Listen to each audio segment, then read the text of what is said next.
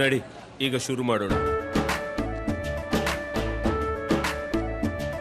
ಕೇಸರಿಯಿಂದ ಮನೋಲ್ಲಾಸ ಮನಸ್ಸು ಮತ್ತೇರಿ ಕುಣಿದಾಡಿದೆ ನೋಡು, ಮನಸ್ಸು ಮತ್ತೇರಿ ಕುಣಿದಾಡಿದೆ ನೋಡು. ಕ್ಷಣ ಕ್ಷಣವೂ ಆಚರಿಸಿ ಕೇಸರಿ ಹಬ್ಬ. ವಿಮಲ್ ಬಾಯಲ್ಲಿ ಹೇಳಿ ಕೇಸರಿ. ನೋಡಿ, ಇಡೀ ರಾಜ್ಯಾದ್ಯಂತ ದೊಡ್ಡ ಮಟ್ಟದ ಸುದ್ದಿಯಾಗಿತ್ತು ಅಂತ ಅಂದ್ರೆ ಅದು ಹೆಣ್ಣು ಭ್ರೂಣ ಹತ್ಯೆಯ ಪ್ರಕರಣ. ರಿಪಬ್ಲಿಕ್ ನಿರಂತರವಾಗಿ ಈ ಬಗ್ಗೆ ವರದಿಯನ್ನ ಮಾಡಿತ್ತು, ಅಭಿಯಾನವನ್ನ ಕೂಡ ಮಾಡಿತ್ತು, ಎಲ್ಲೆಲ್ಲಿ ಯಾವ ರೀತಿ ಈ ದಂಧೆ ನಡೀತಾ ಇತ್ತು ಅಂತ. ಈಗ ಮಂಡ್ಯದಲ್ಲಿ ಮತ್ತೆ ಇಂಥದ್ದೊಂದು ಕರಾಳ ದಂಧೆ ನಡೀತಾ ಇದೆ ಅಂತೆ. ಸರ್ಕಾರಿ ಹೆಲ್ತ್ ಕ್ವಾರ್ಟರ್ಸ್ ನಲ್ಲೇ ಭ್ರೂಣ ಲಿಂಗ ಪತ್ತೆ ಮಾಡೋದು, ಹತ್ಯೆ ಮಾಡೋದಂತೆ. ಆರೋಗ್ಯಾಧಿಕಾರಿಗಳಿಂದ ತಡರಾತ್ರಿ ಮನೆ ಮೇಲೆ ದಾಳಿಯಾಗಿದೆ. ಪಾಂಡವಪುರ ಪಟ್ಟಣದ ಸರ್ಕಾರಿ ಕ್ವಾರ್ಟರ್ಸ್ ನಲ್ಲಿ ಈ ಕೃತ್ಯ ನಡೆಸಲಾಗ್ತಾ ಇತ್ತು ಅನ್ನೋದ್ರ ಡೀಟೇಲ್ಸ್ ಸದ್ಯ ಸಿಗ್ತಾ ಇದೆ.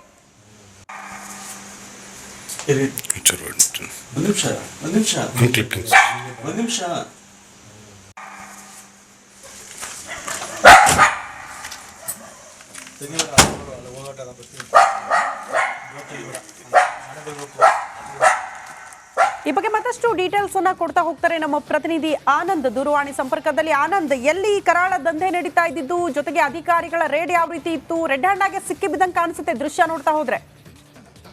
ಶ್ರುತಿ, ಮಂಡ್ಯ ತಾಲೂಕಿನ ಏನು ಉಳ್ಳೆನಹಳ್ಳಿ ಗ್ರಾಮದ ಆಲೆಮನೆ ಒಂದರಲ್ಲಿ ಹಿಂದೆ ಹೆಣ್ಣು ಭ್ರೂಣ ಪತ್ತೆ ಹಾಗೂ ಅಂದ್ರೆ ಹೆಣ್ಣು ಭ್ರೂಣ ಹತ್ಯೆ ಹಾಗೂ ಲಿಂಗ ಪತ್ತೆ ಪ್ರಕರಣ ಅಂದ್ರೆ ಬೆಳಕಿಗೆ ಬಂದಿತ್ತು. ಅದು ದೊಡ್ಡ ಮಟ್ಟದಲ್ಲಿ ರಾಜ್ಯದಲ್ಲಿ ಸದ್ದು ಮಾಡಿತ್ತು. ಆ ಪ್ರಕರಣಕ್ಕೆ ಸಂಬಂಧಪಟ್ಟಂತೆ ಒಂದಷ್ಟು ಆರೋಪಿಗಳನ್ನು ಕೂಡ ಬಂಧನ ಮಾಡಿದ್ರು. ಆದ್ರೆ ಮತ್ತೆ ಆ ಕರಾಳ ದಂಧೆ ಮಂಡ್ಯದಲ್ಲಿ ನಡೀತಾ ಇರೋದು ಮತ್ತೆ ಬೆಳಕಿಗೆ ಬಂದಿರುವಂತದ್ದು. ಅದರಲ್ಲೂ ಕೂಡ ಸರ್ಕಾರಿ ಕ್ವಾರ್ಟರ್ಸ್ ನಲ್ಲೇ ಈ ತರದೊಂದು ನೀಚ ಕೃತ್ಯ ನಡೀತಿದ್ದನ್ನ ಈಗ ಬೆಳಕಿಗೆ ತಂದಿರುವಂತ ಅಧಿಕಾರಿಗಳು. ಅಂದ್ರೆ ಏನು, ನಿನ್ನೆ ರಾತ್ರಿ ಗರ್ಭಿಣಿಯೊಬ್ಬಳನ್ನ ಸರ್ಕಾರಿ ಕ್ವಾರ್ಟರ್ಸ್ ನಲ್ಲಿ ಕರ್ಕೊಬಂದು ಅವ್ರಿಗೆ ಅಬಾರ್ಷನ್ ಮಾಡಲಾಗ್ತಾ ಇತ್ತು.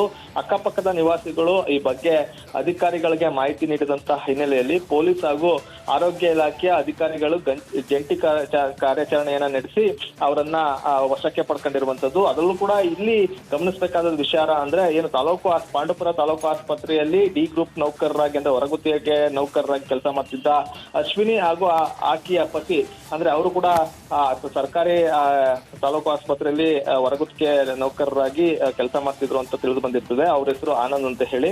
ಇಬ್ರು ಕೂಡ ಸರ್ಕಾರಿ ಆಸ್ಪತ್ರೆಯಲ್ಲೇ ಕೆಲಸ ಮಾಡ್ತಾ ಇದ್ರು. ಇವರು ತಮ್ಮ ಮನೆಗೆ ಈ ತರದ್ದು ತಮ್ಮ ಮನೆಯಲ್ಲಿ ಈ ತರದೊಂದು ಕೃತ್ಯ ನಡೆಸ್ತಿದ್ರು ಅನ್ನೋದು ಈಗ ಬೆಳಕಿಗೆ ಬಂದಿರುವಂತದ್ದು. ಆದ್ರೆ ಲಿಂಗ ಪತ್ತೆ ಮಾಡಿದ್ದು ಎಲ್ಲಿ ಅನ್ನೋದು ಕೂಡ ಇನ್ನು ಬೆಳಕಿಗೆ ಬಂದಿಲ್ಲ. ಈ ಬಗ್ಗೆ ಈಗಾಗಲೇ ಪೊಲೀಸರು ಹಾಗೂ ಆರೋಗ್ಯ ಇಲಾಖೆಯವರು ತನಿಖೆಯನ್ನ ನಡೆಸ್ತಾ ಇದ್ದಾರೆ. ಆದ್ರೆ ಇಲ್ಲಿ ಗಮನಿಸಬೇಕಾದ ವಿಚಾರ ಏನು ಅಂದ್ರೆ, ಈ ಹಿಂದೆ ಆಲೆಮನೆಯಲ್ಲಿ ಏನು ಈ ತರದೊಂದು ನೀಚ ಕೃತ್ಯ ನಡೀತಾ ಇತ್ತು. ಆಗ ದೊಡ್ಡ ಸುದ್ದಿ ಆಗಿತ್ತು.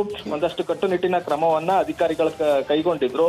ಎಲ್ಲಾ ಸ್ಕ್ಯಾನಿಂಗ್ ಸೆಂಟರ್ಗಳನ್ನ ಭೇಟಿ ಮಾಡಿ ಅಲ್ಲಿ ಪರಿಶೀಲನೆ ಮಾಡಿದ್ರು. ಆದ್ರೂ ಕೂಡ ಮಂಡ್ಯದಲ್ಲಿ ಈ ತರದೊಂದು ನೀಚ ಕೃತ್ಯ ಕದ್ದು ಮುಚ್ಚು ನಡೀತಲೇ ಇದೆ. ಈಗ ಈ ಒಂದು ಪ್ರಕರಣವನ್ನ ಗಂಭೀರವಾಗಿ ತೆಗೆದುಕೊಂಡು ಮತ್ತಷ್ಟು ತನಿಖೆಗೆ ಮುಂದಾಗಿರುವಂತದ್ದು. ಶ್ರುತಿ. ಓಕೆ ಆನಂದ್, ಧನ್ಯವಾದಗಳು ತಮ್ಮೆಲ್ಲ ಮಾಹಿತಿಗೆ. ಕಟ್ಟುನಿಟ್ಟಿನ ಕ್ರಮ ಅಂತ ಅಂದ್ರು ಶ್ರುತಿ, ಬಟ್ ನೋಡಿ ನಿಜವಾಗ್ಲೂ ಕೂಡ ಕಟ್ಟುನಿಟ್ಟಿನ ಕ್ರಮ ಅಂದ್ರೆ ಹೆಂಗಾಗ್ಬೇಕು ಅಂದ್ರೆ ಮತ್ತೊಬ್ರು ಈ ರೀತಿಯ ಕೃತ್ಯ ಮಾಡೋದ್ ಭಯ ಹುಟ್ಟಬೇಕು. ಹಂಗಾಗ್ತಿಲ್ಲ. ಆಬ್ವಿಯಸ್ಲಿ ಮಂಡ್ಯದಲ್ಲೇನೆ ಅಷ್ಟು ದೊಡ್ಡ ಪ್ರಕರಣ, ದೇಶದಾದ್ಯಂತ ಚರ್ಚೆ ಆಯ್ತು. ಕ್ರಮ ಕೈಗೊಳ್ತಿದ್ದೀವಿ ಅಂತ ಹೇಳಿ ಒಂದಷ್ಟು ಜನ ಅರೆಸ್ಟ್ ಮಾಡಿದ್ರು, ಒಂದಷ್ಟು ಸ್ಕ್ಯಾನಿಂಗ್ ಸೆಂಟರ್ಗಳನ್ನ ರೇಡ್ ಮಾಡಿ ಬಂದ್ ಮಾಡಿದ್ರು. ಆದ್ರೆ ಇಷ್ಟು ಸಾಕ? ಅಲ್ಲಿ ಹತ್ಯೆ ಅಂತ ಹೇಳಿ ಪರಿಗಣಿಸುವಂತಹ ಕೃತ್ಯ ಇದು. ಹುಟ್ಟೋಕ್ ಮುಂಚೆನೆ ಒಂದು ಮಗುವನ್ನ ಕೊಲೆ ಮಾಡಿದ್ದಾರೆ ಅಂತ ಹೇಳಿ ಪರಿಗಣಿಸುವ ಕೃತ್ಯ. ಆ ಪ್ರಮಾಣದಲ್ಲಿ ಶಿಕ್ಷೆ ಆಗಿದ್ರೆ ಬಹುಶಃ ಇವತ್ತು ಸರ್ಕಾರಿ ಕ್ವಾರ್ಟರ್ಸ್ಗೆ ಕರ್ಕೊಂಡು ಹೋಗಿ ಭ್ರೂಣ ಪತ್ತೆ ಮಾಡೋದು, ಅದರ ಹತ್ಯೆ ಮಾಡೋದು ಇಷ್ಟು ಧೈರ್ಯ ಇರ್ತಿರ್ಲಿಲ್ಲ ಅಂತ ಹೇಳಿ. ಇಲ್ಲಿ ಬಹಳ ಫೇವ್ರೇಟ್ ವರ್ಡ್ ನನ್ನ ಒಬ್ರು ಫ್ರೆಂಡ್ ಯೂಸ್ ಮಾಡೋದು, ಪರಿಸ್ಥಿತಿ ಮನಸ್ಥಿತಿ ಅಂತ ಹೇಳಿ. ಎರಡು ಬದಲಾಗಬೇಕು. ಪರಿಸ್ಥಿತಿ ಬದಲಾಗಬೇಕು ಅಂದ್ರೆ ಕಠಿಣ ಕಾನೂನು ಕ್ರಮ ಆಗಬೇಕು. ಮನಸ್ಥಿತಿ ಬದಲಾಗಬೇಕು ಅಂದ್ರೆ ಹೆಣ್ಣು ಗಂಡು ನಮ್ಮ ಸಮಾಜಕ್ಕೆ ಅದನ್ನ ಕೊಡುಗೆ ಅನ್ನೋ ರೀತಿಯಲ್ಲಿ ಕೊಡಬೇಕು. ಅದನ್ನ ಹತ್ಯೆ ಮಾಡಲಿಕ್ಕೆ ನಮಗೆ, ನಿಮಗೆ, ಹೆರುವ ತಾಯಿಗೆ, ಅದರ ತಂದೆಗೆ, ಕುಟುಂಬಸ್ಥರಿಗೆ ಯಾರಿಗೂ ಕೂಡ ಹಕ್ಕಿಲ್ಲ. ಅದನ್ನ ಅರ್ಥ ಮಾಡ್ಕೊಳ್ಳುವಂತಹ ಮನಸ್ಥಿತಿ ಬರಬೇಕು. ಪರಿಸ್ಥಿತಿ ಮನಸ್ಥಿತಿ ಬದಲಾಗೋವರೆಗೂ ಇಂಥ ಪ್ರಕರಣ ಆಗ್ತಲೇ ಇರುತ್ತೆ. ನಾವೆಲ್ಲರೂ ಹೇಳ್ತೀವಿ ಕಠಿಣ ಕ್ರಮ ಅದು ಆಗೋದಿಲ್ಲ, ಆಗಲ್ಲ. ಬಟ್ ಇಲ್ಲಿ ಎಷ್ಟರ ಮಟ್ಟಿಗೆ ಕಠಿಣ ಕ್ರಮ ಆಗುತ್ತೆ, ಅಟ್ಲೀಸ್ಟ್ ಇಲ್ಲಾದ್ರೂ ಆಗ್ಲಿ ಅನ್ನೋದಷ್ಟೇ ನಮ್ಮ ಆಶಯ. ಆದ್ರೆ ನೆಕ್ಸ್ಟ್ ಯಾರು ಕೂಡ ಇಂಥ ಕೃತ್ಯಗಳಲ್ಲಿ ಭಾಗಿಯಾಗಲ್ಲ ಅಂತ